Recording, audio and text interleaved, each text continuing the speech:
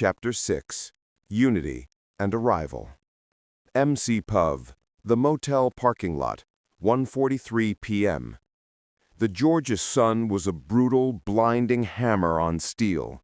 Our convoy was a circled wagon train of the apocalypse, hunkered down in the cracked, weed-shot asphalt parking lot of a sleep-tight motel that hadn't seen a paying guest in what felt like months. Next door, the skeleton of a gas station offered nothing but broken glass and the ghost of stale gasoline. We were close. So close I could almost taste the clean farm air over the persistent stink of diesel, sweat, and the faint metallic tang of unwashed bodies. A mile, maybe two, from Hershel Greene's place. The back roads had been a 5-hour crawl of white-knuckle tension, watching every ditch and tree line. A clear highway would have gotten us here in 2, but clear highways were a fairy tale now, overgrown with kudzu and scattered with wrecks. Inside the protective ring of MRAPs, Humvees, and trucks, a fragile routine took hold.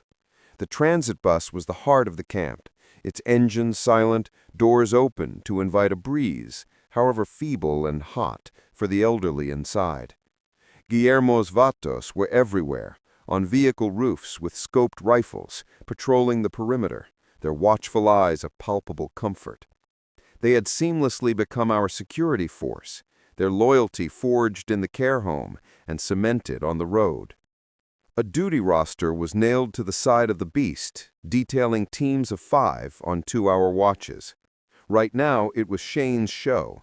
He'd appointed himself camp sheriff, pacing the inner edge of the circle with his shotgun held tight, his voice occasionally barking an order as his eyes constantly scanned the surrounding woods and ditches. Rick had taken a scavenging team, Glenn's eager energy, Daryl's silent lethality, Merle's aggressive scowl, Dean's practicality, and Kevin's quiet strength to sweep the motel and the gas station for anything useful. I was leaning against the warm fender of the Impala, trying to find a sliver of shade offered by one of the MRAPs. I'd just finished helping Jimmy check the tire pressure on the beast. The heavy vehicle ate through them like cheap candy. Wiping thick black grease onto my already stained pants, I took a long swig of warm, metallic-tasting water from my canteen. "Hey, Grease Monkey!" I turned. Jo was sauntering over, a smirk playing on her lips. She ditched her leather jacket in the stifling heat, wearing just a gray tank top that showed off toned arms and a hint of the tattoos snaking across her shoulders. She looked cool and utterly unfazed by the oppressive humidity. She was carrying a slightly dented baseball bat that she used more for balance than defense right now.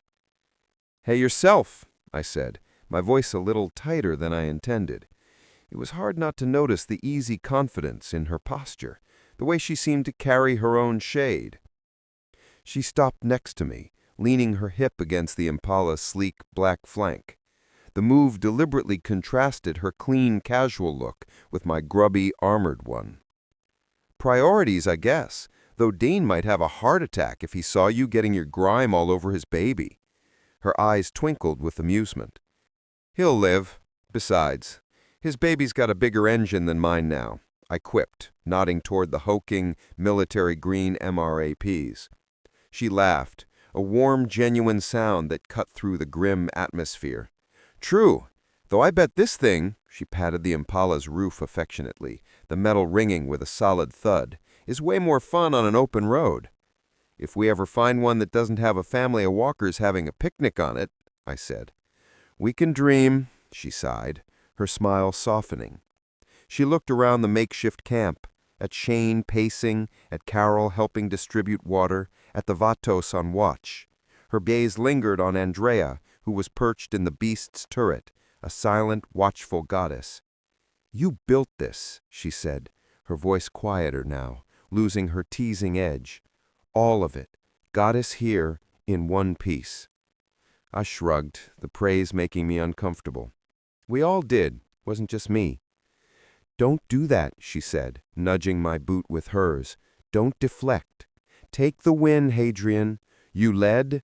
You made the calls. Scary good calls." Her eyes met mine, and the playful glint was replaced with something more serious, more appreciative.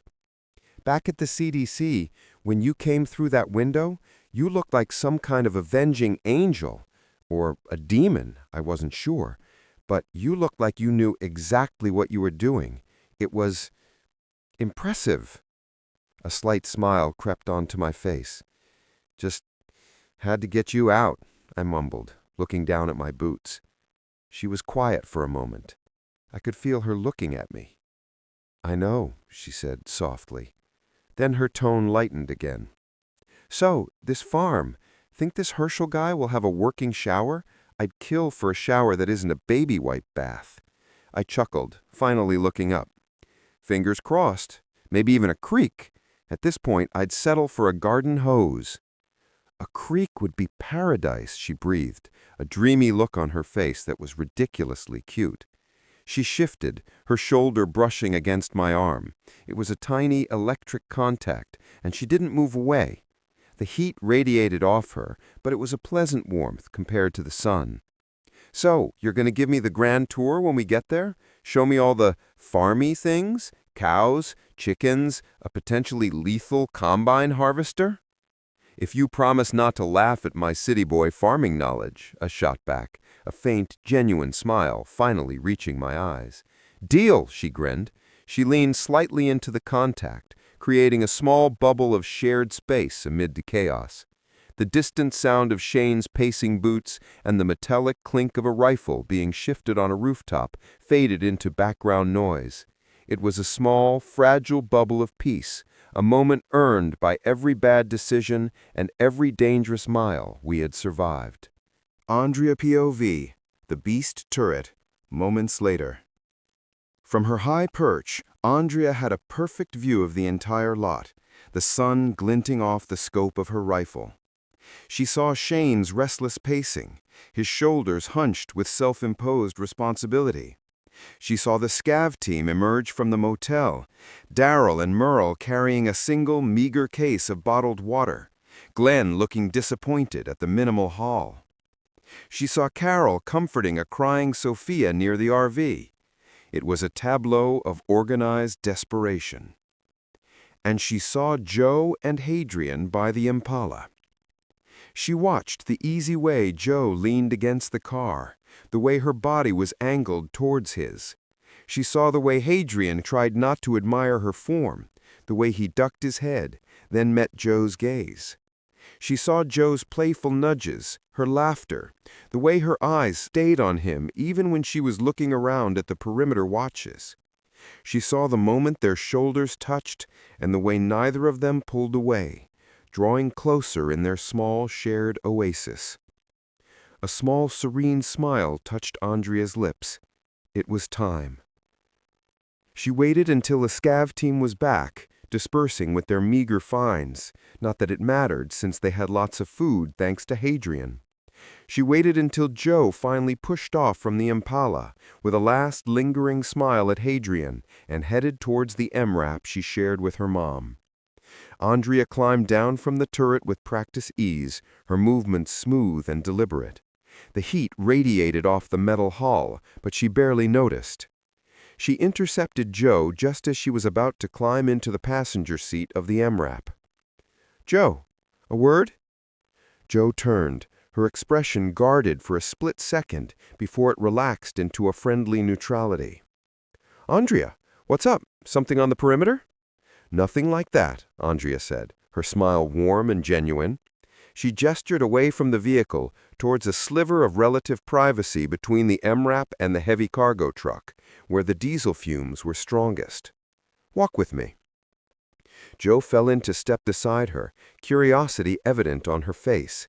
They stopped in the narrow space, the dense shadows providing a little relief from the punishing sun. "Looked like you and Hadrian were having a good talk," Andrea began, her tone light, conversational. Joe's cheeks pinked slightly, but she didn't deny it. A defiant spark lit in her eyes, as if bracing for a confrontation. "Just passing the time. He's, easy to talk to." "He is," Andrea agreed. She leaned against the cool metal of the truck, studying Joe. He's also carrying the weight of all of this on his shoulders. Every mile, every death. And he's terrible at asking for help, or for what he wants. Where's this going, Andrea? Andrea took a gentle breath. It's going to a place of honesty.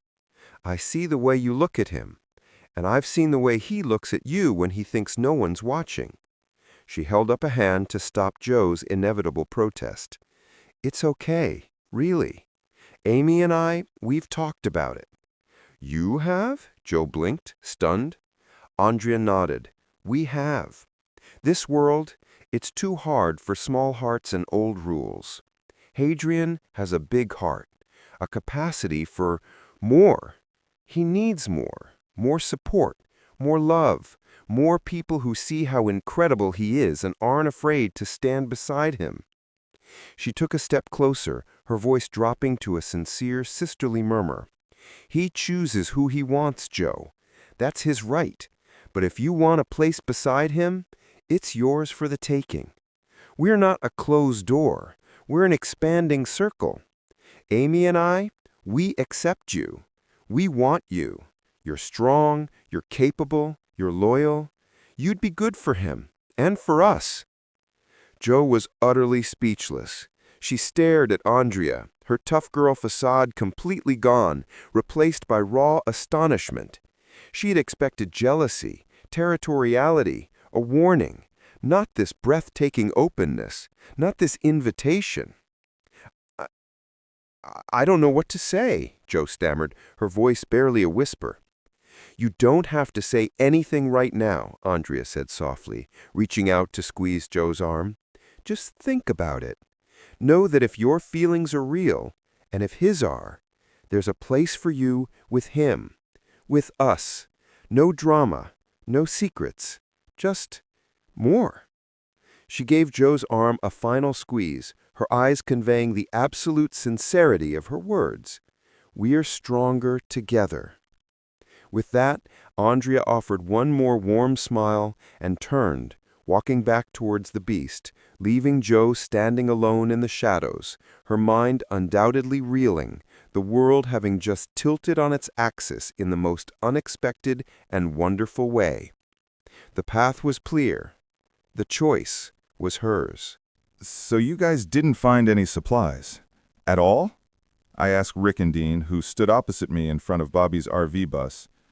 Bobby's RV had become our default command post, a shabby, rolling war room parked in the relative center of our defensive ring.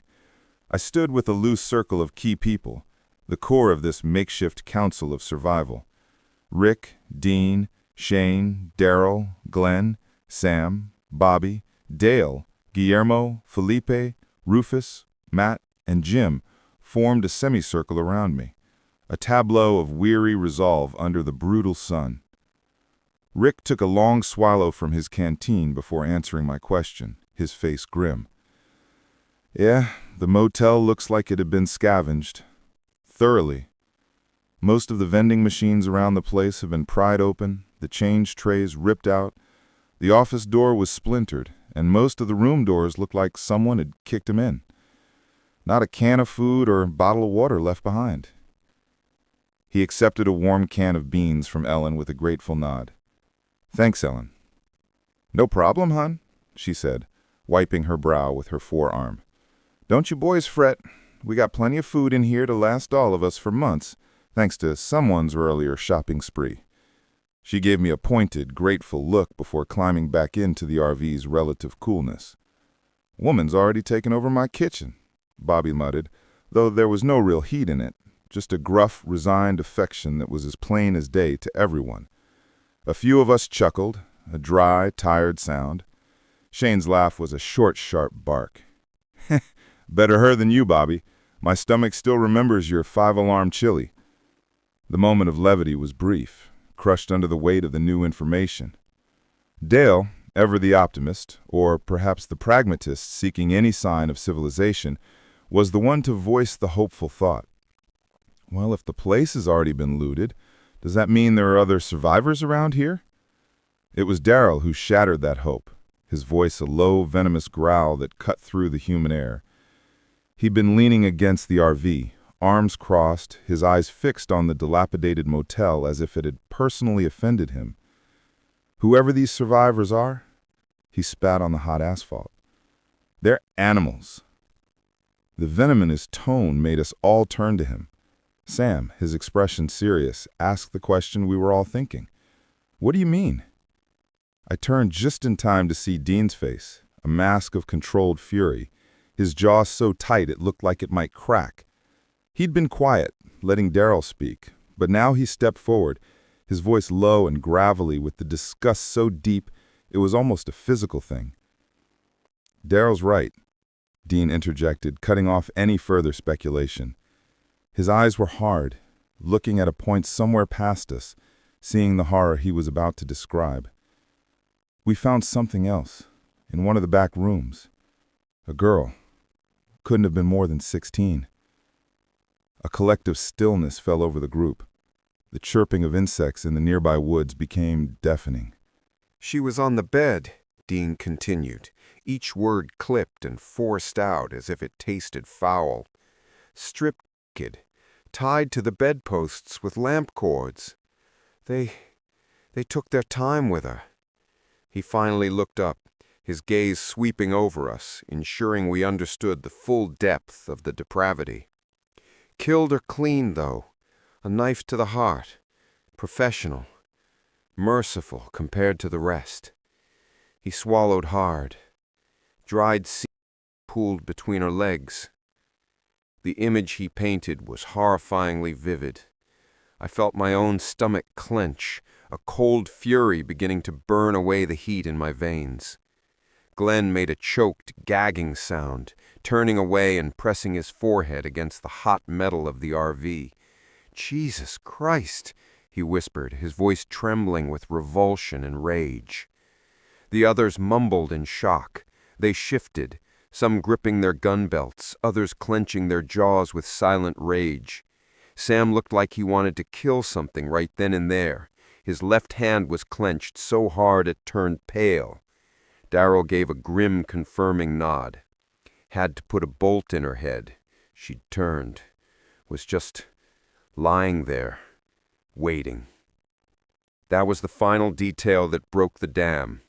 Glenn spun around, his face contorted with anger. "Animals isn't the word for it. They're monsters. We have to find them. We can't let them just—" "Glenn," my voice cut through his outburst, not loud, but layered with a chakra-enhanced resonance that demanded immediate attention. It wasn't a shout. It was an anchor thrown into a stormy sea. All eyes snapped to me. I let the silence hang for a beat, letting my own cold anger show in my eyes, so they knew I felt it too, that this wasn't indifference. "Don't get riled up," I said, my tone flat and deadly serious. "Getting angry just makes you stupid, and getting stupid gets you killed." I looked at each of them in turn, at Glenn's furious shame, at Rick's paled shock, at Shane's grim satisfaction that his darkest views of humanity were being confirmed. "This," I said, gesturing vaguely toward the cursed motel, "this is the new world. This is what's out here. It's not just the dead, it's the living who've chosen to become worse than the dead. We gotta be more careful than ever about who we bring in from now on. Trust is a luxury we can't afford to hand out freely." I pivoted to the immediate practicalities, using the grim reality to reinforce my next point. The Navy team is inbound. When they get here, they'll more than double our number of trained, disciplined fighters. They can help drill everyone else. And we're not scavenging for pea shooters anymore. I tapped the side of the MRAP next to me. We have a small armory on wheels. From now on, everyone who can hold a weapon gets one. Everyone carries. No exceptions. Rick, the lawman, instinctively recoiled. "Hadrian, we can't just arm everyone. We're not soldiers. There are children here, people who've never—" Shane interrupted, his voice firm and surprisingly aligned with mine. He stepped forward, his posture assertive. "The kid's right. You saw what was in there. You think a lecture on civics is going to stop men who do that? The only thing they understand is superior firepower. Everyone needs to be able to defend themselves and each other. No more debate. And we don't tell the women, none of it. We keep this grim knowledge to ourselves, for now. The others, Daryl, Guillermo, Sam, and even Dale nodded in grim agreement. The horrific discovery had rendered Rick's caution obsolete. The world had just gotten a lot more simple and a lot more brutal. Shane then turned to me, and I saw a calculated decision in his eyes. This was a moment to seize, to unite under a common threat. He extended his hand. Seems we're on the same page for once. We bury the hatchet. We protect our people. Together. I looked at his offered hand, then back at his face. This wasn't about friendship. It was a treaty between two generals recognizing a common enemy. I took his hand in a firm, solid grip. The shake was brief, but the message was clear to everyone watching. The internal strife was over, for now. Together, I echoed. The pact sealed, I started issuing orders, my voice taking on a commanding edge. Guillermo, have your boys see Rick. Get kitted out with suppressors and M4s from the CDC hall. Then find Merle. He's got a case of Gen 3 night vision goggles and high-powered binoculars. I want your best shots on Overwatch with every advantage we can give them. Guillermo nodded sharply. Si, Jefe. It will be done. And Hadrian and Shane are right, Dean added, looking at the group. The second we're secure at the farm, he starts weapons training. Everyone who doesn't know how to shoot learns. Everyone who does gets better. Glenn, tell Matt I want a 3-man team to sweep around us in the motel every 2 hours as well. Simon's going to be in charge of the first sweeping team. All right. Glenn nodded solemnly, his mind elsewhere, still distracted about the girl Daryl and Dean found. Let's get dinner ready and eat. We still got a mile or two left before we get to the farm, I said, looking at the others. I'll tell the women to stick close to camp and not wander off on their own, Sam said, being the first to walk away from the meeting. The meeting broke up, the mood somber but focused. The horror had been metabolized into resolve. As people moved to their tasks, I raised my voice one last time for a final warning. Listen up, we're in their backyard now. Stick close to the convoy. Make sure you know where anyone is going. Watch each other. If you see or hear anything, and I mean anything that doesn't feel right, you call it out. We move as one. Understood? A series of grim nods and muttered affirmatives answered me. The easy hope of the morning was gone, replaced by the hardened vigilance of soldiers stepping onto a battlefield. We were heading for a sanctuary, and we were marching to war. The oppressive Georgia heat had begun to relinquish its grip as the sun dipped below the tree line, casting long, skeletal shadows across the motel parking lot. The air finally felt like it might move, though it was still thick and humid. For Joe Harvell, however, the heat was now entirely internal, a slow, simmering fire stoked by Andrea's astonishing words and her own traitorous imagination. She'd spent the afternoon in a daze, performing her duties on autopilot, checking ammunition counts, cleaning her rifle, taking her turn on watch, all while her mind replayed Andrea's invitation on a relentless loop. We accept you. We want you. You'd be good for him. The concept was so foreign, so utterly divorced from any reality she'd ever known, that it felt like a dream, an incredibly hot, nerve-wracking dream. She was used to fighting for territory, not being invited in. She was leaning against the MRAP, pretending to watch the darkening woods, when a soft voice spoke beside her. "Penny for your thoughts?" Joe jumped, her hand instinctively going to the knife on her belt before she registered it was Amy. The other woman stood there, a gentle smile on her face, her electric blue eyes kind and knowing. She held out a bottle of water. "You looked like you could use this." "Thanks," she said, her voice a bit rough. She took the bottle, the cool plastic a shock against her warm palm. She took a long, grateful swallow. Amy leaned against the MRAP next to her, their shoulders not quite touching. She didn't speak for a moment, just followed Joe's gaze into the nothingness of the trees. The silence was comfortable, not pressured. The camp sounds, a distant cough, the clatter of a mess tin, were the only interruptions. "Andrea talked to you," Amy stated softly. It wasn't a question. It was a shared truth. Joe took a long swig of water, buying time. She could feel Amy's patient gaze. "Yeah, she did." She couldn't bring herself to look at Amy, suddenly feeling exposed, vulnerable in a way a nest of vampires never made her feel. This was a conversation about emotions and needs, and that was infinitely scarier than a fight. "It's a lot to process," Amy said, her voice gentle and understanding. "The world ended, and we're out here suggesting you rewrite the rule book on top of everything else. It's a big ask." A harsh, surprised laugh escaped her. "You could say that." She forced herself to meet Amy's eyes. "He's a lot, isn't he, Hadrian? All that intensity, that focus, that power. It's magnetic, exhausting, exhilarating." "Yeah, that's one word for it. And terrifying is another." Amy turned her head, her gaze direct, but not intimidating. "Andrea told you we can't keep up." She wasn't exaggerating. "It's more than just a high sex drive. It's part of whatever he is, the energy. It pours out of him, especially in moments of intimacy." A faint blush colored her cheeks, but her voice remained steady, an admission made in the growing twilight. "Andrea and I, we love him. We love being with him. But we tire out.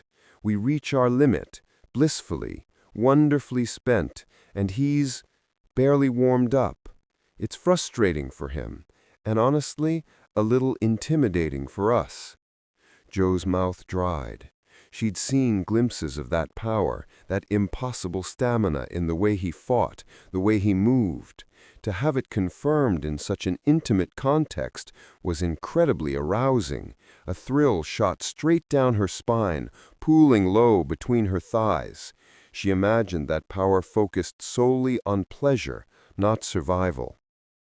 "What are you saying?" Joe whispered, her heart hammering against her ribs.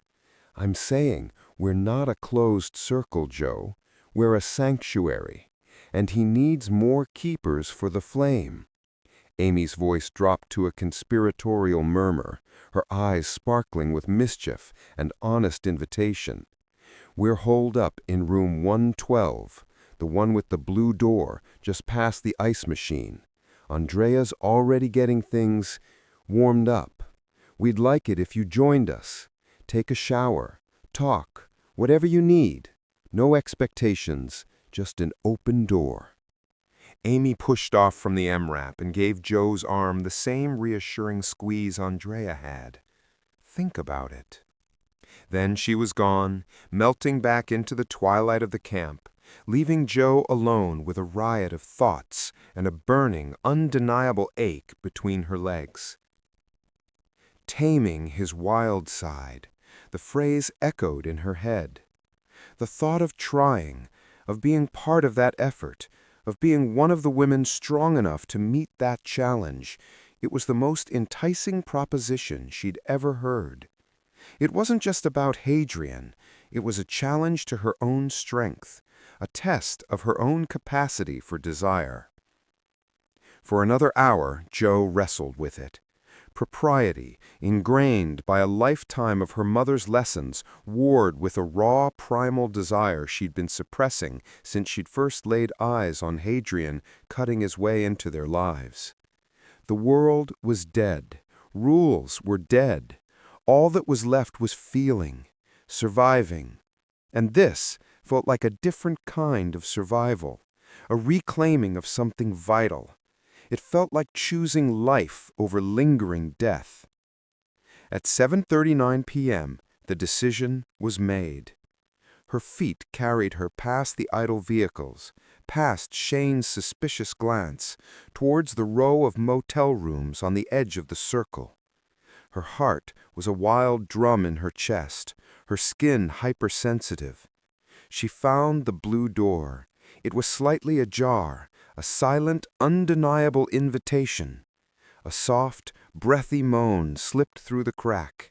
It was followed by a low, masculine rumble that was unmistakably Hadrian's, a sound of pure, unbridled pleasure. The sound went through Jo like a lightning bolt, erasing the last of her hesitation. She pushed the door open and stepped inside. The scene that greeted her stole the breath from her lungs and made her knees feel weak. The room was lit by a dozen flickering candles, scavenged from who knows where, casting a warm, dancing glow over the shabby furniture and faded paisley wallpaper. The air was thick with the scent of beeswax, clean sweat, and something undeniably, intoxicatingly erotic.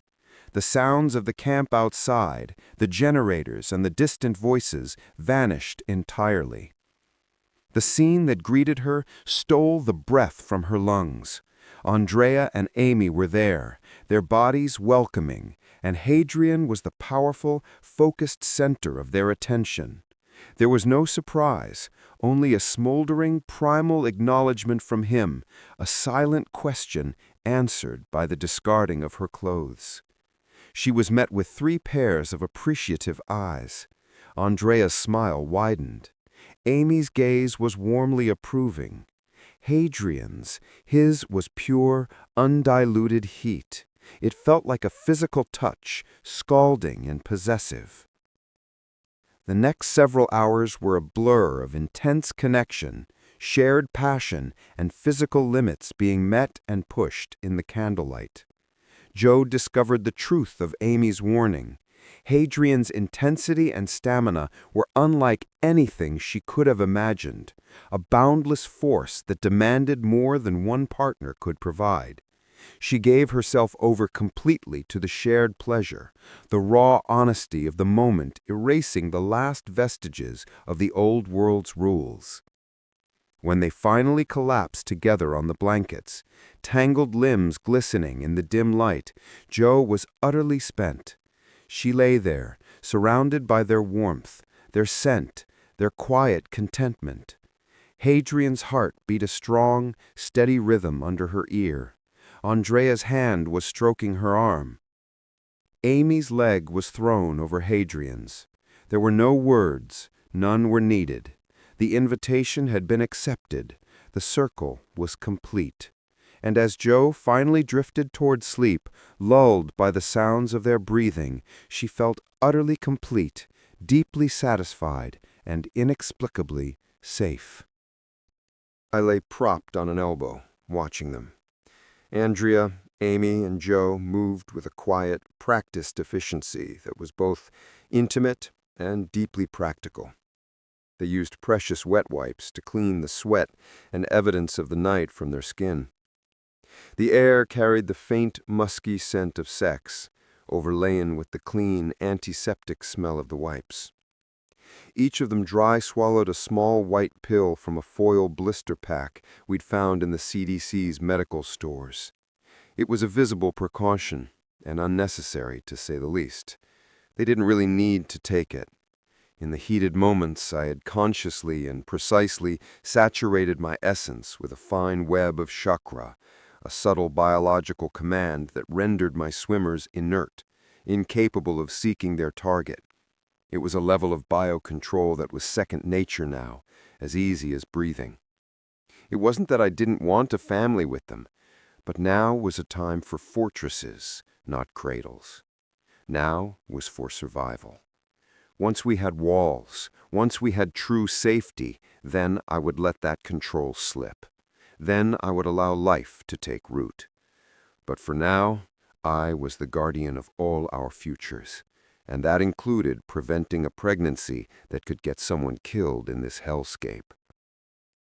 Jo, Andrea, and Amy all shot me identical, half-hearted glares as they swallowed the pills. Their expressions were a mix of exhaustion, deep satisfaction, and playful accusation, as if I were solely responsible for their pleasantly sore muscles and the need for a wipe-down.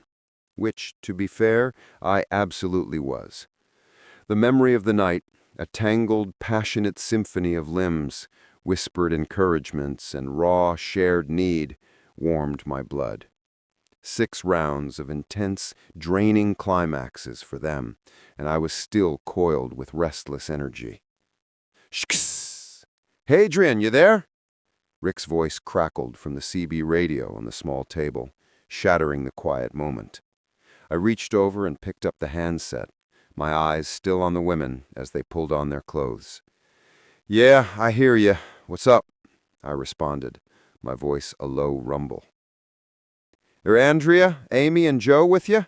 Carol and Ellen are kind of worried. They haven't seen him all morning, Rick asked, his tone laced with the default concern that was our new normal, but with an underlying note of suspicion. I didn't even blink. Yeah, all 3 of them are with me. We decided to make a wider sweep of the motel and gas station before we rolled out. Wanted to be triple sure. We found a few useful items in the maintenance shed. We're on our way back now. The lie came smoothly, a necessary fiction to protect their privacy and my own reputation from unnecessary questions. The girls, now mostly dressed, heard me and exchanged a series of knowing, smug smirks.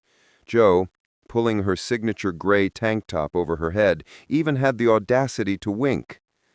All right, I'll let Ellen and Carol know. They'll be relieved. By the way, Doc Jenner wants a word. Says he wants to know when and where would be a good time to set up his new lab. Says he needs precise atmospheric monitoring for his cell cultures. Rick said, his voice taking on a weary, exasperated tone. The scientist was already becoming a high-maintenance asset. I couldn't help but chuckle. Ha, don't worry about Doc Jenner. Rick, I got him. Tell him the farm has barns and the barns have roofs. He can deal. You just worry about getting our people ready to move after breakfast. We got to get to that farm before midday. I don't want to be setting up a new perimeter in the dark. Got it. Hurry back. I'm going to let everyone know to be packed and ready to move. Rick out. The CB went dead with a final burst of static. I placed the handset back in its cradle and looked at my trio. They were ready, armed, and looked infinitely more centered than they had the previous afternoon. The night had been about more than just pleasure. It had been about bonding, acceptance, and reaffirming the core of our strange, expanding family. All right, I said, standing and stretching, my own body humming with unused energy. I secured my pistol in its holster and gave the room one last look before stepping back out into the harsh morning light. The girls went on their way to get food while I made my way over to where Dr. Jenner's MRAP was parked, idling slightly to keep the interior climate controlled. He was inside, reading some document, likely a printout from the CDC's servers, with a pair of half-moon glasses perched on his nose. We talked, and I assured him that he would get to do his experiments after Dr. Scott and Dr. Quincy joined us. You'll have your lab, Edwin, I told him. Just be patient and don't try to grow anything in the back of the RV until we get walls. After 5 more minutes of conversation, I left to check on Guillermo and the elders in the transit bus. They were fine, and some of the Vatos were resting inside after their night shift. The air in the bus was close, but secure.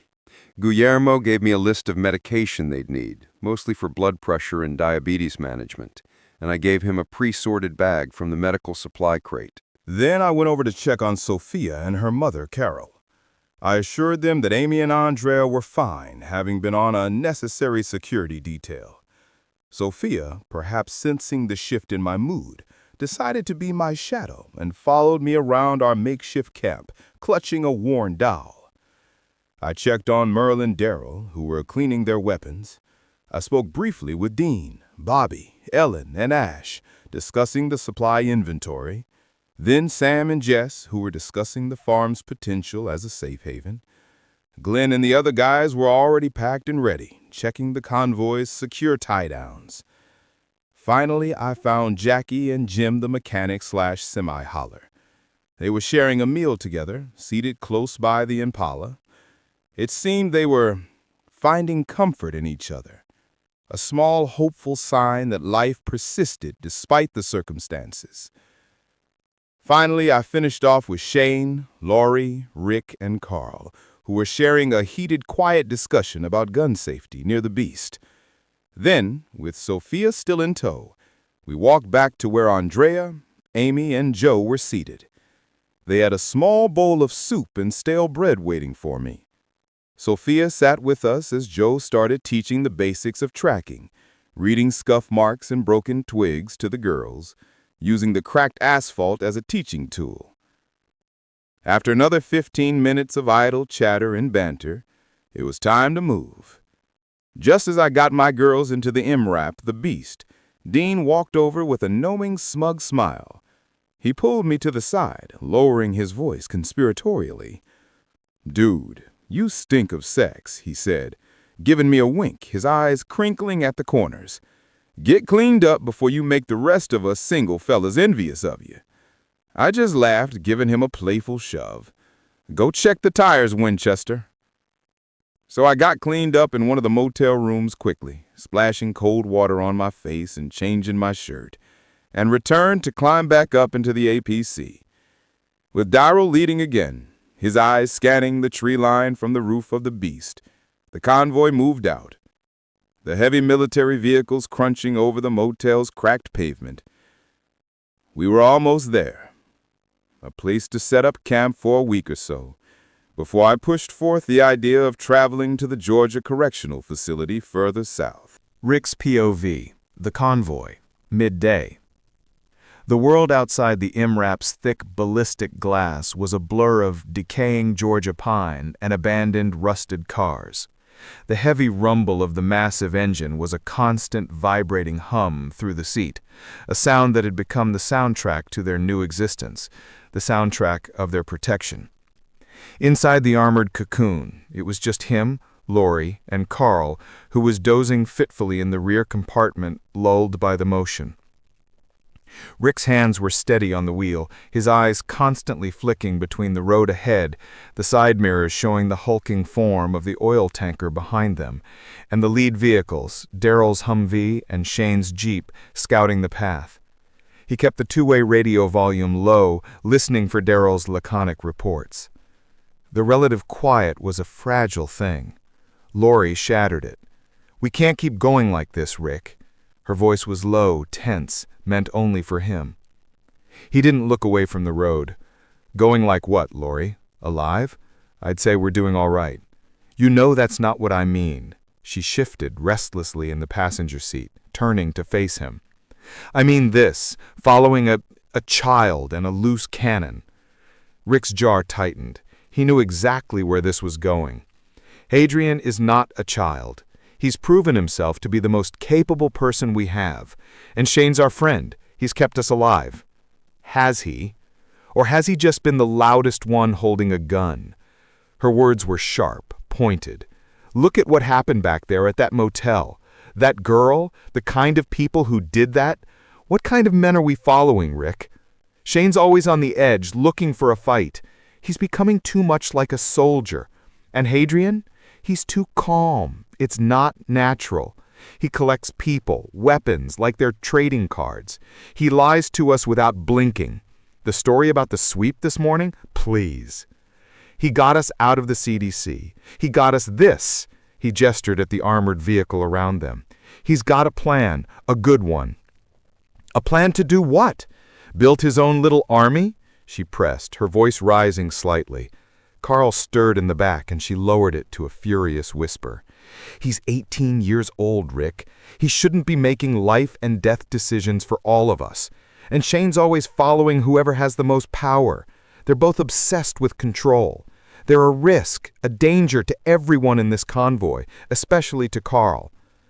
That's not fair, Laurie, he said, his voice hardening with frustration. Shane saved my life. He protected you and Carl when I couldn't. And Hadrian, his decisions have saved us more times than I can count. He found a solution for Jenner, for the Vatos. He brought order. And what happens when one of his decisions gets someone killed? What happens when that intensity of his turns in the wrong direction? People listen to you, Rick. They respect you. You're a leader. You should be the one making the calls, not them. The group would be safer, we'd be safer. Carl would be safer. Rick finally took his eyes off the road for a second, a quick, sharp glance at her. He saw the genuine fear there, the maternal terror for her son that clouded all other judgment. But he also saw the old world thinking, the desire for a familiar hierarchy in a world that had burned all those structures down.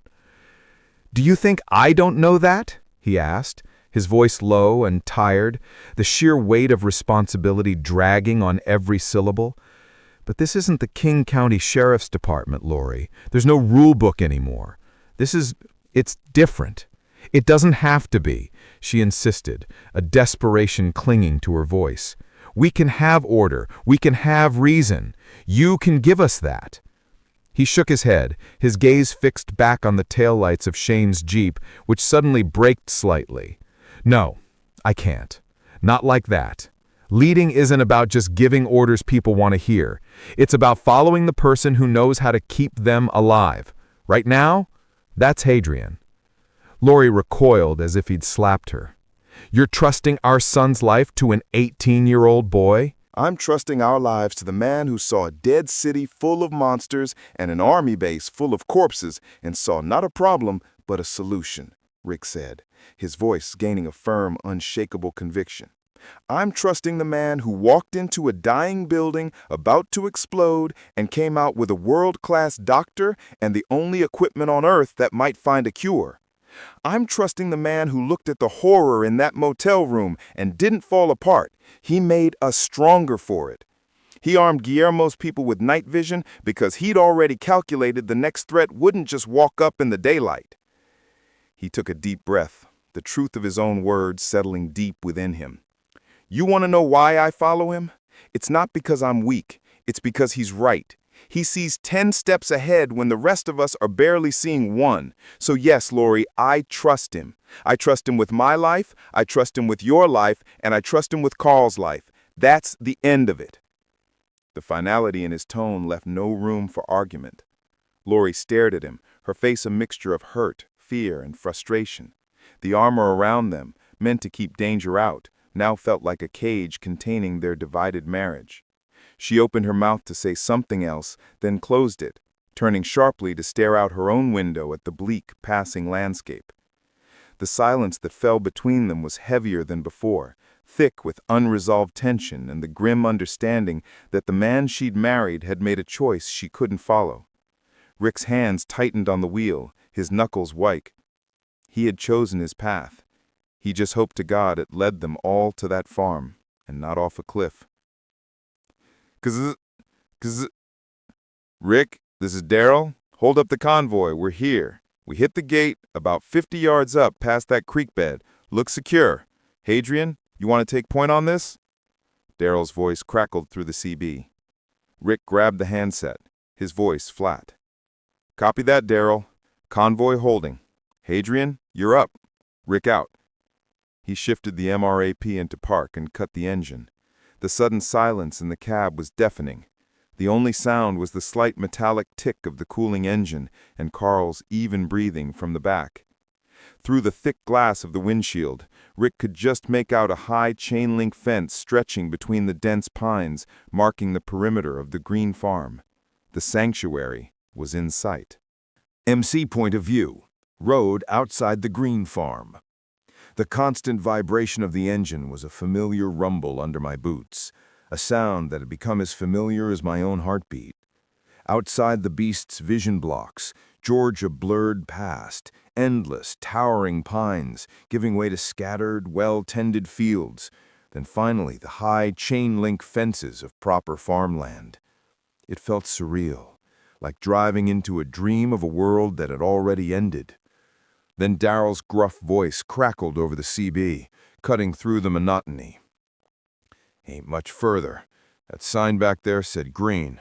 This is it. A jolt of tense anticipation went through the vehicle. Andrea's hands tightened on the wheel of the beast. In the back, Carol pulled Sophia a little closer, her face etched with nervous hope. We were here. The sanctuary we'd been running on for days was now a real place, with a name and a fence. We rounded a final bend, and the farm unfolded before us. It was peaceful. Deeply, unnervingly peaceful. Green pastures, a white farmhouse with a generous porch, a big red barn that looked structurally sound. It looked like a postcard from another lifetime.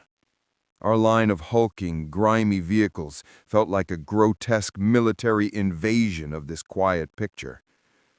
Dean's voice, sharp and clear, came over the radio next. "All right, listen up.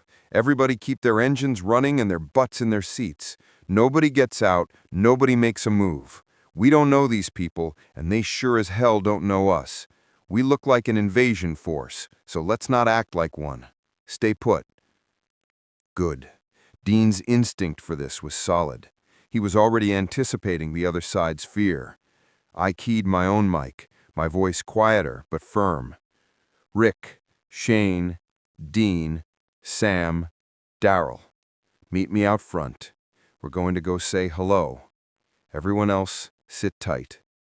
I popped the rear hatch and dropped onto the sun-baked dirt road. The air smelled clean here, of grass and earth, a stark contrast to the diesel and decay we'd been swimming in. The others joined me quickly. Rick looked like he was mentally rehearsing a speech, the former sheriff ready to negotiate. Shane had his shotgun held low, his eyes constantly scanning the tree lines, the fences, the farmhouse windows, everywhere a threat could hide. Dean just looked wary, one hand resting near the butt of his pistol. Sam stood a little behind him, a calm, solid presence, ready for anything. Darrell hung back, crossbow in hand, his gaze already picking out details the rest of us would miss, a true perimeter guard. We formed a tight, armed group of 6, representing the core of our command structure. We walked slowly toward the farm's gate, the only sound the crunch of our boots on the gravel road. Together, the 6 of us started walking up the long driveway toward the main house. It felt incredibly exposed, marching toward the heart of the sanctuary with our military-grade hardware. I could feel eyes on us, not just from the people ahead, but perhaps from the surrounding woods. As we got closer, people emerged from the farmhouse and from the barn. They gathered by the main gate, a solid line of them, forming a quiet, wary receiving line. My eyes scanned them, taking quick, methodical note of who was present and armed. The man at the front was Hershel Greene. He looked every bit the stern, weathered old man of the land, with a full white beard and an air of immense, unspoken gravity. He held a rifle, not pointed at us, but definitely held it ready, resting easily in the crook of his arm. He had the calm, unshakable air of a man who was used to being in charge of his own domain. Next to him stood a woman with kind eyes and a worn apron. I didn't recognize her, for she was not in the show. She was young and attractive, around Dean's age, 25, with sandy blonde hair pulled back tightly. Her hands were clasped nervously in front of her, a study of domestic apprehension. A younger man, built solid and broad-shouldered, stood just behind Hershel's shoulder. He held a shotgun with the ease of someone who knew how to use it, the barrel resting on the ground, but his finger near the trigger guard. A brother, or the oldest son, maybe. Then there was the girl, Maggie. She was around my age, maybe a year or 2 older, with dark hair and eyes that were fixed on us with intense, intelligent suspicion. She held a hunting rifle, and she looked like she knew exactly what to do with it. A younger boy, about 10 or 11, peered out from behind Hershel, trying to look tough. Further back on the porch of the farmhouse, I saw more figures, 2 younger girls, Beth, who I had recognized easily, and another younger girl with blonde hair like Bess, who clung to an older woman, Patricia, who had her arms wrapped protectively around them. A big, earnest-looking man, Otis, stood by the barn door, a heavy revolver in his hand, and a guy about my age, looking nervous, but trying to stand tall near Beth, Jimmy, I remembered. We stopped a good distance from the gate, far enough to show respect close enough to be heard clearly. It was Hershel who spoke first, his voice firm and clear, carrying easily in the quiet country air. "That's far enough.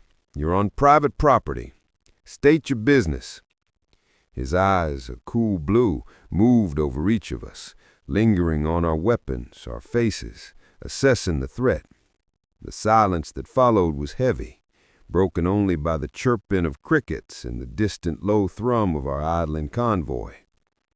Rick took a small step forward, his hands open at his sides, adopting the posture of a non-threat. "Mr. Greene, my name is Rick Grimes. This is Shane Walsh, Dean Winchester, Sam Winchester, Darrell Dixon, and Hadrian Walters. We're just survivors, sir. We were told about your place. We're hoping we might be able to talk." "Told by who?" Hershel's gaze was unwavering, sharp and evaluating. "A naval officer named Danny Greene," Rick said, introducing the key leverage point. "Said he was your nephew. Told us to come here and wait for them." The name meant something. I saw Maggie's eyes flicker with recognition, a tiny flash of hope. Hershel's expression changed from suspicion to surprise, and he gave a slow, assessing nod. "Danny's alive, then? Good. So he told you to meet him and his crew here?" "Yes, sir," Rick admitted. "We have a group. Families, children, elderly. We've been running for a long time just to get here." The sheer number of us was the real question, the elephant in the country air. Hershel lowered his rifle slightly, the movement betraying his shift from threat assessment to problem calculation. "How many?" 54 souls, Dean answered for Rick, dropping the number deliberately. It landed like a physical blow. Patricia on the porch pulled the girls closer, her expression turning to alarm. Otis and the other young man who had Hershel's features, I assumed his son, exchanged a worried glance. Maggie Greene's hand went to the arm of the woman who looked a lot like her sister. 54? Hershel repeated, the word heavy with disbelief and financial concern. "Son, we can't feed 54 people. This is a farm, not a charity." "We're not asking for food, sir," I spoke up, stepping forward slightly, and his sharp gaze immediately shifted to me. I knew what he saw. An 18-year-old kid who looked younger, standing with older, armed men. I kept my voice level and respectful, projecting calm authority. "We have our own supplies, plenty of them. What we need is a safe place to rest up and wait for your nephew and his people. Some flat ground to park on, out of your way. We can offer things in return. Fuel, medicine. We have an extensive armory and experienced guards. We have a doctor with us, a real one." I saw the flicker in his eyes at doctor. A man like him out here would know the value of that. "I'm Hershel, as you know. This is Oris and his wife Patricia, my son Arnold, my daughters Lacey, Maggie, Beth, and Susie, and my youngest son Billy. And that's Jimmy." Hershel introduced his family and friends, naming the silent array of faces watching us. An awkward silence followed right after his introduction, thick with suspicion and the weight of my 54 survivors. Suddenly, the tense silence was broken by a low, familiar moan. A single walker, a man in filthy coveralls, stumbled out of the tree line to the east, drawn by the sound of our idling trucks. It was still a ways off, shambling through the tall grass toward the farm's fence line. The Greenes tensed. It was a familiar, unwelcome chore. "Damn it! Otis! Arnold!" Hershel began, his voice tired and resigned. "I got it," I said quietly, cutting him off. I didn't wait for permission or argument. I just moved. I wasn't superhumanly fast, but I was fast, an explosion of efficiency. My body was built for this, lean muscle and honed reflexes. I covered the distance to the fence line in a quick, silent sprint, my feet barely seeming to touch the grass. The walker turned toward me, its mouth opening in a wet rasp.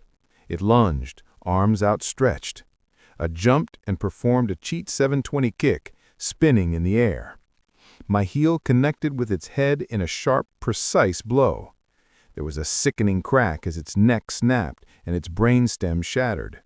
What was left of its head went flying away into the weeds, a clean, brutal decapitation from the sheer force. The walker dropped to the ground, instantly still, leaving a spreading stain in the dirt. I stood over it for a second, making sure it was done, then turned and walked back to the group. My breathing was even. I looked like I barely exerted myself. I stopped beside Rick again. "Sorry about that," I said to Hershel, meeting his wide-eyed stare. "Didn't want it causing any trouble." The silence from the Greene family was absolute. They were all staring at me, their expressions a mix of shock and something like fear. They'd seen people kill walkers before, but not like that. Not so quietly, so effortlessly, without a gun or a knife, without a single wasted motion or sound. It changed things. It made me an unknown, terrifying variable. Hershel looked from my face to the dead walker and back again. The stern set of his shoulders seemed to loosen just a fraction. The calculation in his eyes had changed. The doctor was a resource. I was protection. It was his eldest daughter, Lacey, who broke the silence. "Daddy," she said softly, her voice firm, "they need help." Hershel took a long, slow breath. He looked at our faces, at the line of heavy vehicles holding families he couldn't see, then back at his own family gathered on the porch. He made his decision. "The south pasture," he said finally, his voice rough but final. "Down by the creek. It's flat. You can stay there. A week, no more. Your people stay in your camp. We'll come to you. Understood?" The relief was palpable. Rick nodded immediately. "Understood. We will respect your land and your rules. Thank you, Mr. Greene. You won't regret this." "See that I don't," Hershel said, his eyes finding mine one last time. There was a new wariness there, but a grudging respect, too. He turned and gestured for his family to head back to the house, his long rifle still held loosely in his hand. As they turned away, I caught Maggie Greene's eye. She wasn't looking at the others anymore, nor was she focused on the retreating walker's remains. She was looking right at me, her earlier suspicion now mixed with a deep, unsettled curiosity. She held my gaze for a long second, her dark eyes intense and measuring, before finally following her family inside. I keyed my CB. "All right, everyone, we're good. Follow us in. Maintain spacing. Slowly. South pasture by the creek. Remember what Dean said, nobody wanders. Stay on high alert." I led the way back to the beast, with the weight of 54 people on my shoulders feeling a little lighter for now. We had a place to breathe. But as I felt the imagined weight of Maggie Greene's eyes on my back, I knew the real challenge, the integration, the security, and the future was just beginning. The convoy was now arranged in a defensive circle in the south pasture, close to the woods but with clear fields of fire. The air was filled with the low sounds of setting up camp, unloading crates, checking weapons, and the whir of the RV's generator. "This place is pretty open," Sam said, standing beside me as we looked across the flat, wide field. The setting sun was already starting to stretch the tree-lined shadows closer to our perimeter. "Yeah, I scouted out our surroundings. Aside from the fact that we're in the middle of a flat and open field, we got a freshwater creek not far away, a rickety wooden fence, and the freaking tree line is too close," Darrell said with an annoyed tone, arms crossed over his chest. He was already surveying the woods like a hawk. "So basically, little brother, we're sitting ducks," Merle added, with a characteristic chuckle as he chewed loudly on dried rabbit meat. He looked entirely too pleased by the danger. "We're gonna have to create an early warning system near that tree line. Empty soda and food cans tied on rope should do. We could string 'em up between trees all around," Jim the mechanic said, rubbing his chin thoughtfully. "That's a good, practical idea, Jim. We should get to it right after this meeting," Rick agreed, his focus already shifting to security implementation. "This place will be a temporary shelter for now," I finally said, drawing everyone's attention, my voice cutting through the planning chatter. "This place is a death trap. We won't stay here for more than 4 days. After that, whether the Navy group joins us or not, we will move." "Where will we go?" Ellen asked, her brow furrowed with worry, as she stood beside Bobby and Glenn. "The Georgia Correctional Facility," I stated flatly. A collective gasp of shock and surprise escaped everyone. They looked at me as if I was crazy. Only Dean, Sam, Ellen, Joe, Bobby, and Rufus remained calm, having already known of my plan for us to travel to the prison. "Are you out of your mind, kid?" Shane asked, his eyes wide with uncertainty and a rare display of genuine fear. "We can't take the women and children to that place. It will be overrun by them dead fuckers." "I know. That's why we're going to clear it out first," I replied calmly, holding Shane's agitated gaze. "Look, it's the safest long-term option we got.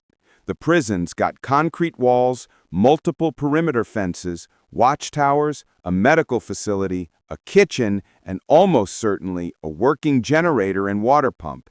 It's a fortress." "Adrian's not wrong," Bobby said, supporting my idea, his gruff voice cutting through the tension. "It's a hell of a lot safer than camping out in the open like this." "I'll go wherever you think is safest, Jefe," Guillermo agreed, giving me a firm nod of support. His loyalty was absolute, and that carried weight with the rest of the Vatos. If the prison's medical wing is still intact, there could still be medicine and other medical equipment of use there, and if we can claim it, it would be a good place to study a way to cure this disease with the help of Dr. Scott and Dr. Quincy, Doc Jenner said, with a thoughtful look on his face, momentarily forgetting the chaos for the potential of science. The others kept quiet, weighing the monumental pros, safety, resources, a potential cure, against the massive cons, clearing an infected fortress, of my idea. "Look, for now, we rest and make sure this place is safe for our people. Same shift rotations as before, but intensified.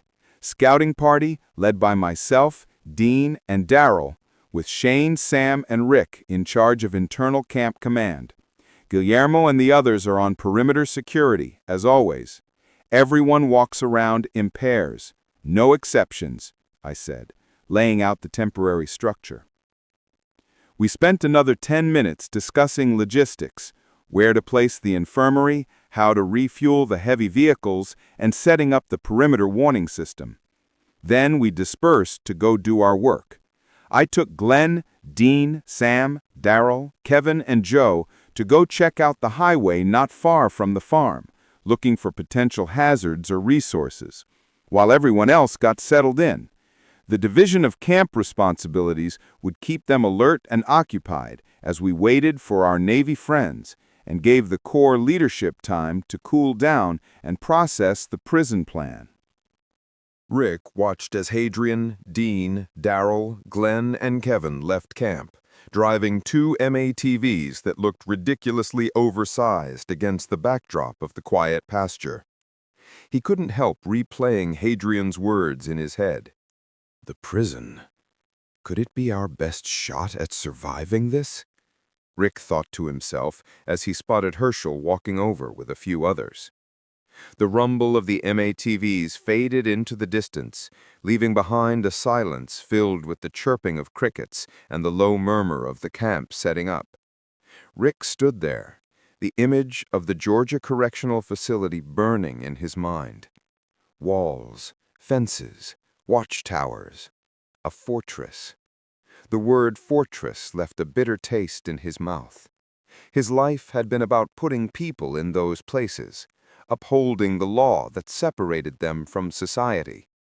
The idea of taking his wife, his son, all these people he now felt responsible for, and walling them up inside one, it felt like a profound surrender, an admission that the world wasn't coming back, that civilization was permanently replaced by containment. Laurie's fears echoed in his head. He's a child, a loose cannon. But then he saw it again.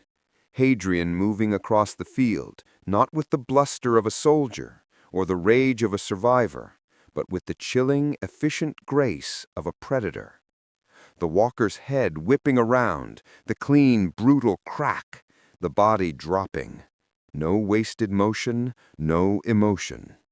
It was the most terrifying and reassuring thing Rick had seen since he woke up in this nightmare. The kid wasn't just brave or lucky. He was something else. He saw the world as a set of problems and solutions, resources and threats, and he was ruthlessly, terrifyingly good at managing them. Where are they going? Rick turned. Hershel Greene stood a few feet away, his posture straight, his eyes fixed on the dust cloud left by the departing vehicles. Otis and his son Arnold flanked him, their expressions a mix of curiosity and deep suspicion. They clearly weren't comfortable with the rapid militarization of their pasture. They looked like figures from a different time, solid and rooted in this land, holding shotguns that suddenly seemed like relics compared to the machine guns on our MATVs. "They're going to check the highway," Rick answered, his voice sounding hoarse. He cleared his throat, falling back into the familiar role of the mediator, the explainer. "To see if there are any large groups of the dead nearby, we need to know what's on our doorstep.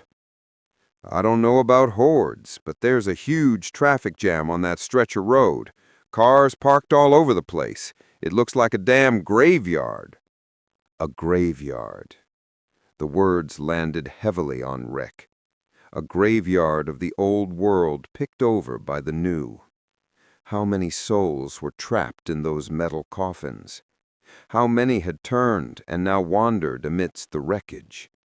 He looked from Arnold's grim face to Hershel's. The older man's eyes were on him, assessing. He could see the questions there, the wariness. Hershel had granted them a patch of land out of familial duty and a sliver of compassion. But he was watching, waiting to see what kind of people he'd led onto his farm. I felt the divide like a physical chasm. Hershel's world was this farm, its borders, its rhythms.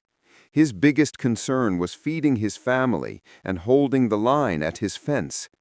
Hadrian's world was the entire state of Georgia, a chessboard of threats and assets. His concern was securing a defensible position with enough resources to weather the coming storm, no matter how grim the location. Rick was stuck in the middle, one foot in each world. The sheriff who knew the value of walls, and the father who recoiled at the thought of raising his son behind barbed wire meant for the worst of humanity. He thought of Carl, helping Carol carry a blanket to the RV.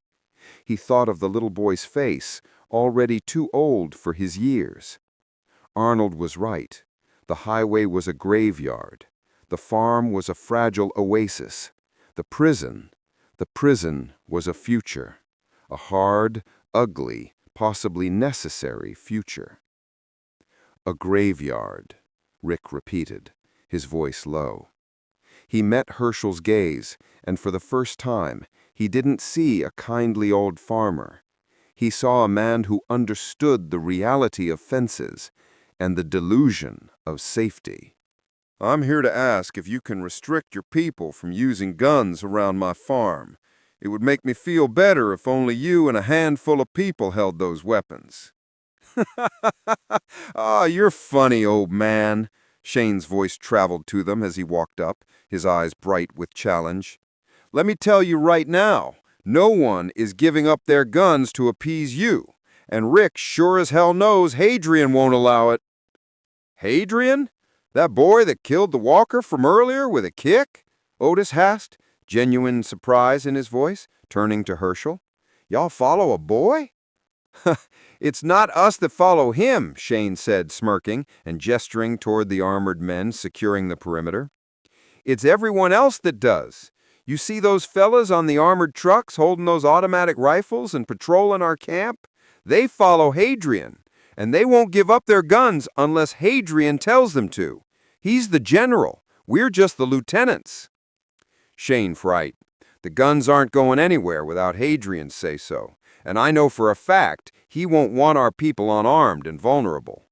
So, sorry, Hershel, but the guns are a no. We're here for a week, not a lifetime, and we won't compromise our defense." Rick nodded a quick, curt farewell to the Greenes and turned away, Shane laughing loudly beside him. He turned his back on the Greenes, his eyes scanning the south pasture where his people were building a temporary home. The decision wasn't his to make, not really. And the part of him that was still Deputy Grimes, the part that clung to the old world, hated that. But the part of him that was a survivor, the part that saw a teenager kill a walker with his foot without breaking a sweat, knew the truth. And the rumble of the MATV's engine was a familiar comfort, a constant vibration through the soles of my boots. I rode shotgun, my window down, the humid Georgia air whipping past my face.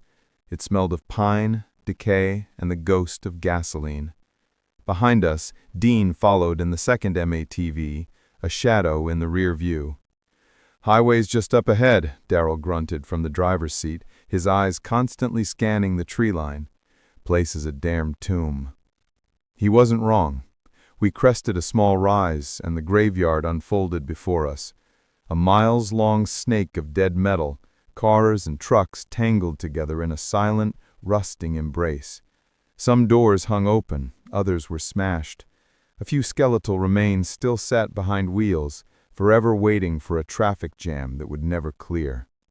"Sweet Jesus," Glenn breathed from the back seat, leaning forward between us. It's every movie ever." "Welcome to the end of the world, Glenn," I said, my voice flat.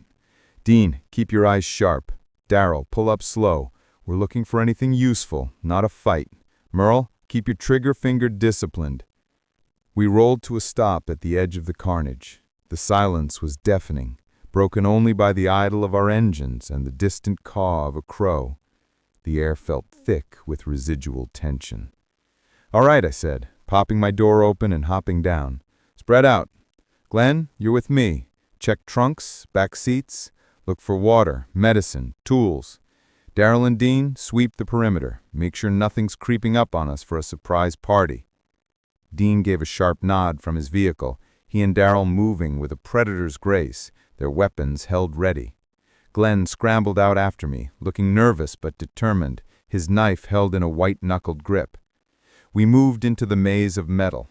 The first few cars were picked clean, empty wrappers, shattered glass, a child's stuffed animal lying in a puddle of murky water. It was depressing. The futility of the final minutes of their lives was stark. Then I saw it. A large panel truck, jackknifed across 2 lanes. The side was emblazoned with a faded logo, Blue Ridge Spring Water. "Jackpot," I muttered, jogging over. The back doors were sealed with a heavy padlock. A quick application of chocolate to my fingertips and a sharp twist, and the lock snapped with a satisfying crack. I yanked the doors open.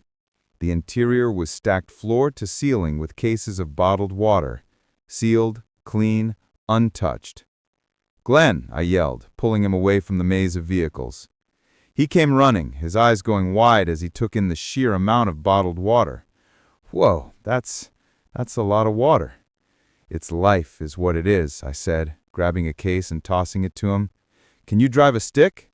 Yeah, my uncle had a delivery truck. I used to—" "Good," I cut him off, pointing at the truck's cab. "See if the keys are in it or if you can hotwire it. This thing is going back to the farm." His eyes lit up with a mix of terror and excitement. "You want me to drive it back? By myself? Do you see any other scouts who look like they could handle a rig this size? Just follow the road back. You remember the turns, go slow, be careful. If you see anything, you stop and hide. Abandon the truck and run if you have to. Understood?" He swallowed hard, then nodded, a new resolve hardening his features. "Yeah, okay, I can do this." The responsibility clearly energized him. While Glenn clambered into the cab trying the ignition, I turned back to the maze of vehicles. Dean was looting a minivan, holding up a bag of what looked like kids' clothes with a grimace. Darrell was efficiently prying open the trunk of a sedan with his knife. "Find anything good?" I called out. "Bunched up baby clothes," Dean called back, dropping the bag. "Might be useful for trade, I guess. Otherwise, junk." Got a suitcase, mostly. He pulled out a leather roll and unzipped it. A set of high-end kitchen knives gleamed in the afternoon sun. Score. Good blades, too. "Nice. Grab 'em."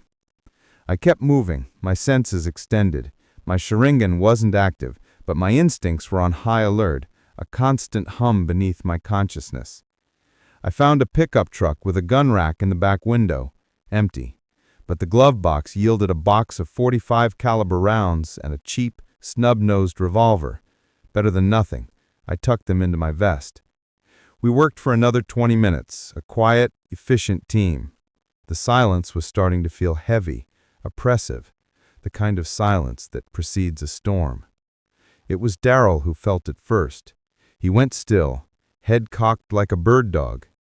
"You hear that?" We all froze. At first, nothing. Then, a low, rhythmic sound, like distant thunder. But the sky was clear. It wasn't thunder. It was a deep, resonant, and steadily growing vibration. Dean climbed onto the hood of an SUV, cupping his eyes over his eyes. He went rigid. "Oh, you gotta be kidding me," he breathed, the sound tight with disbelief. "What? What is it?" Glenn asked, his voice strained, having just gotten the water truck's engine to cough into life. Dean didn't answer. He just pointed east, down the length of the highway. I jumped up beside him, and I saw it. A wave, a moving, shambling wall of death stretching across the highway and into the trees on either side. 500 walkers, maybe more. A river of rotting flesh and hungry moans, and it was flowing right towards us. The sound was the collective dragging of their feet, a dry, rustling roar that was intensifying by the second. "Time to go," I said, my voice deadly calm, immediately snapping into tactical mode. "Right now." I jumped down, hitting the pavement. "Glenn, go! Now! Don't stop for anything! Get that water home!" His face was pale, but he slammed the truck into gear. The engine roared and he began the slow, careful process of maneuvering the big rig out of the tangle of cars. "Darrell and Dean, back to the MATVs. We're the rear guard. We make sure nothing follows him." We didn't need to be told twice. We ran, weaving through the cars. The moaning was louder now, a hungry chorus that set my teeth on edge. I risked a glance back. The front runners of the Horde were already spilling into the far end of the traffic jam, their dead eyes spotting movement. We reached the MATVs just as Glenn got the water truck pointed down the road towards the farm. He gave us a frantic wave and started rolling. "Go, go, go!" I yelled, vaulting into the passenger seat as Darrell fired up our engine. Dean was already spinning his vehicle around in a cloud of dust, taking up position behind us. I knew I could survive on my own against that horde by simply hiding my presence with my chakra, projecting a subtle illusion of emptiness, but the others wouldn't, and the safety of the convoy came first, so it was better for us to leave right away. Darrell didn't bother with the road. He gunned it, bouncing over the rough shoulder, cutting a path parallel to the highway to get around the mess. In the side mirror, I watched the horde engulf the cars we'd just been scavenging, a sea of grasping hands and dead eyes, drawn by the faint smells of the living and the noise of our escape. We hit the farm road a minute later, falling in behind Glenn's slow-moving water truck. The rumble of our engines was the only sound now, the horde thankfully left behind. I keyed the CB. "Farm, this is Scout 1. We're on the way. Tell everyone in camp to be on alert. There's a horde of walkers passing by the highway. Direction of travel is parallel to the road, heading southwest. Camp copy. Message received, Hadrian. We're already moving, people. Dale out. Came Dale's voice, his tone strained but calm as he answered. Our 3 vehicles sped down the dirt road towards the farm. We were a long way from being safe, but for now, we were fine.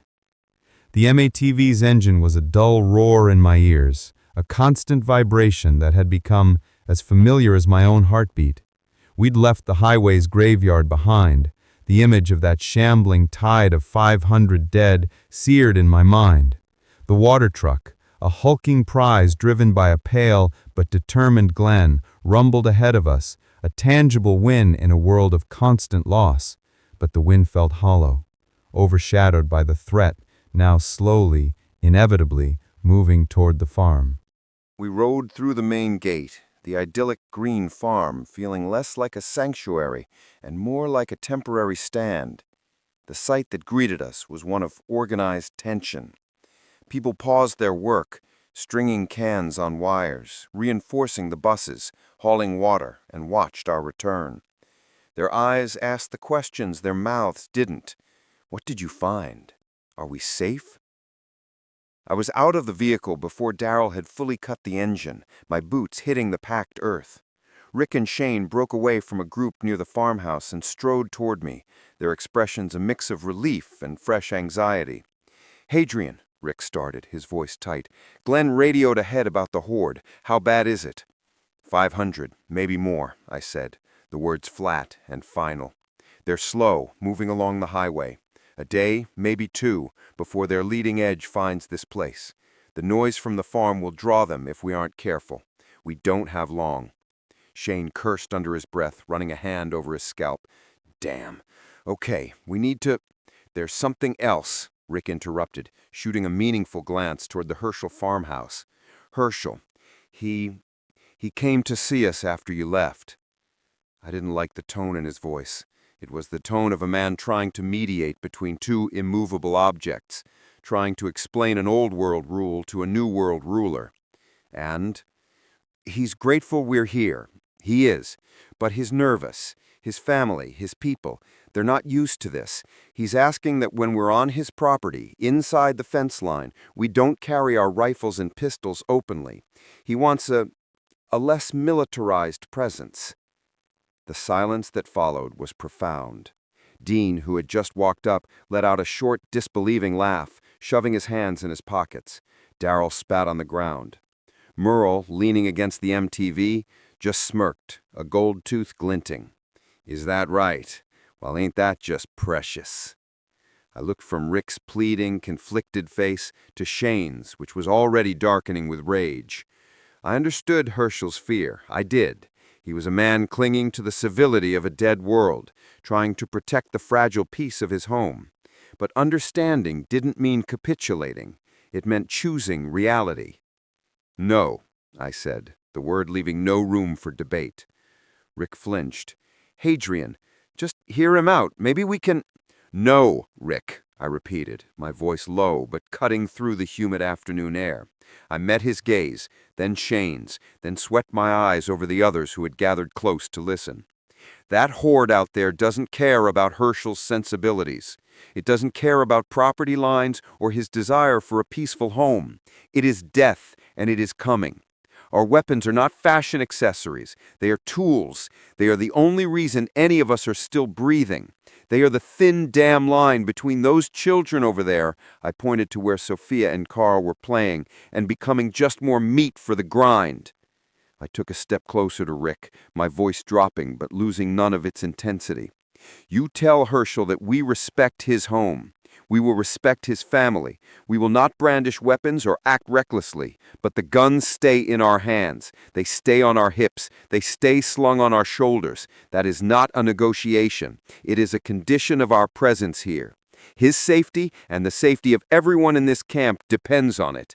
If that is unacceptable to him, then he can explain to the 500 walkers heading this way why they should respect his no firearms policy." The finality in my tone brooked no argument. Rick looked down, defeated.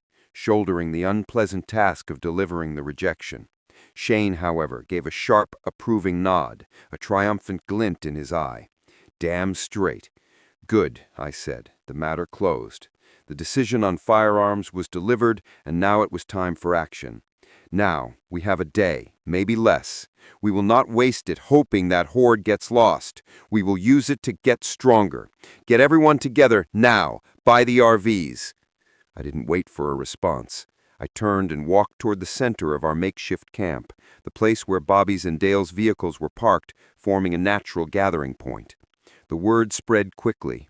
The relief at our return had curdled into a fresh, sharp fear, and now it was being channeled into purpose.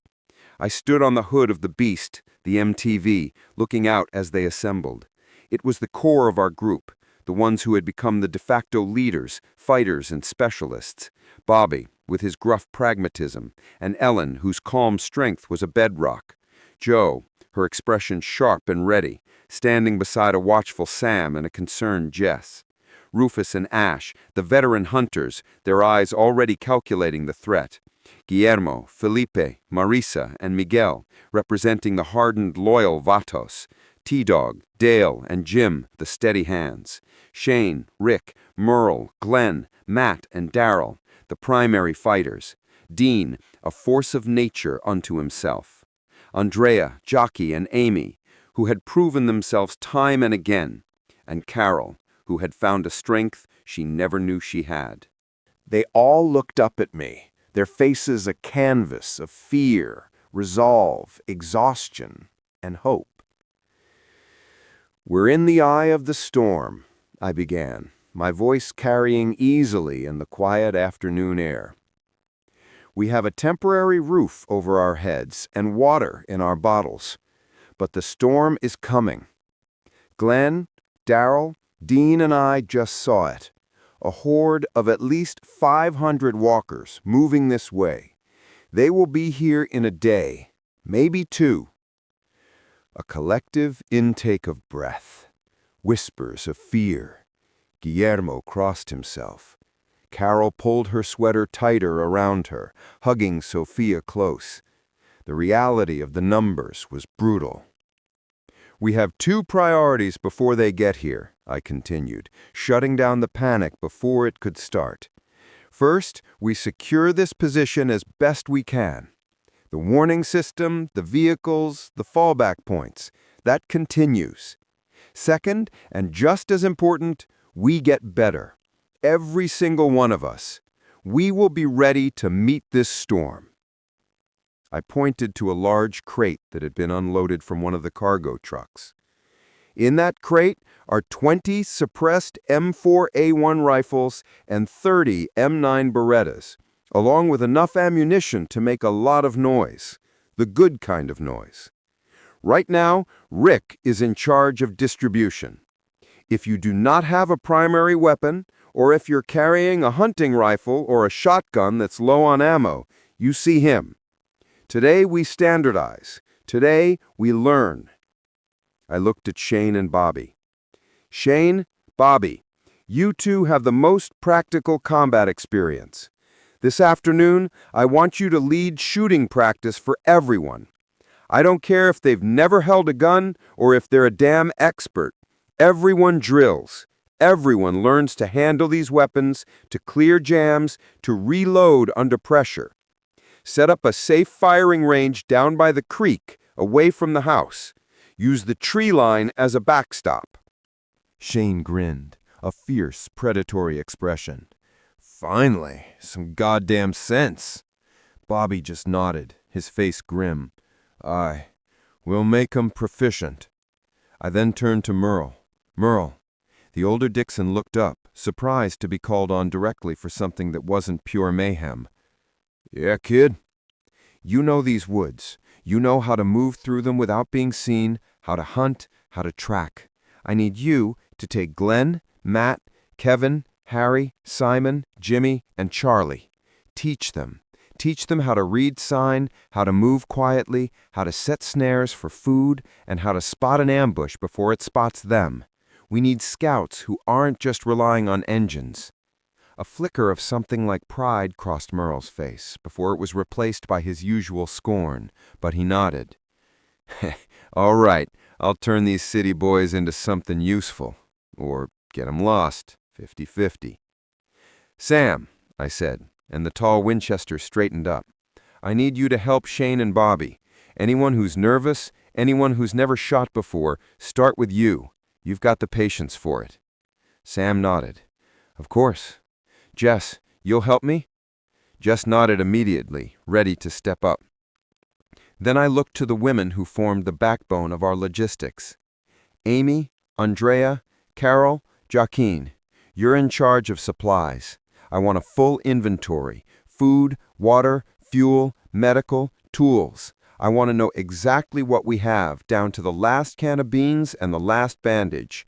Organize it, secure it, and be ready to move it fast if we have to bug out. Accuracy is paramount. They all nodded, Andrea already pulling a notepad from her pocket. On it! Finally, I found Dr. Jenner, who had been observing from the periphery, booking out a place in his lab coat amidst the armed camp. Doctor. He looked up, startled. Yes? You have a new job. I want you to inventory every single medical supply we have. Everything from the CDC, everything we've scavenged. Then, I want you to give a full checkup to every member of this group. I don't care if it's just a stub toe or a cough. I want a baseline. I want to know who is fit to fight, who is fit to work, and who needs rest. Your lab is that RV over there. Use it. The doctor, suddenly given a real, tangible purpose again, nodded with renewed vigor. Consider it done, Hadrian. A complete census of physical fitness and resources. For the first time since we'd pulled him from the CDC, a spark of real purpose ignited in his eyes. A task, data, something he understood. A triage, an inventory. Yes, I can do that, immediately. The assignments were given. The crowd began to disperse, a sense of frantic, directed energy replacing the aimless anxiety. People moved toward Rick and the crate of weapons. Merle started barking at his new recruits, shoving Glenn into the dirt to teach him proper stealth. Shane and Bobby began discussing the best place for the firing range. It was then that Amy broke away from the supply group and hurried over to me, a look of urgent news on her face. I stepped down from the hood of the beast to meet her. Hadrian, she said, her voice low but excited, her chest rising and falling quickly. While you were gone, we made contact. Everything else faded into the background. Contact? I asked, my attention instantly laser-focused on her. On the radio, it was Captain Chandler himself and Dr. Scott. They're alive. They're about a day out. A jolt, this one of pure, undiluted hope, shot through me. Chandler? You sure? Positive. He said they're at the I-20 interchange. They estimate arrival here by midday tomorrow. Tomorrow. The timeline had just been rewritten. The Horde was a day, maybe two away. The cavalry, 39 seasoned military personnel and a destroyer's worth of firepower and expertise, was arriving right in the middle of the crisis. I placed a hand on her shoulder, squeezing it gently. That's the best news I've heard all week. You did good, Amy. Thank you. She beamed, the worry on her face momentarily replaced by pride. Joe was with me. We both heard it. Then thank you both, I said, my mind already racing, recalibrating all our plans from passive defense to aggressive coordination. Now go. We have a lot to do before our guests arrive. And tell everyone, we're not just preparing for a siege, we're preparing for a battle, and reinforcements are on the way. As she hurried off to join the supply team, I looked out at the bustling camp. The fear was still there, a cold undercurrent, but layered on top of it now was a fierce, determined energy. The sound of a first tentative gunshot echoed from the creek, followed by Bobby's gruff instruction. Merle's voice carried from the woodline, lecturing on rabbit signs. The clatter of cans and medical supplies came from the open RV.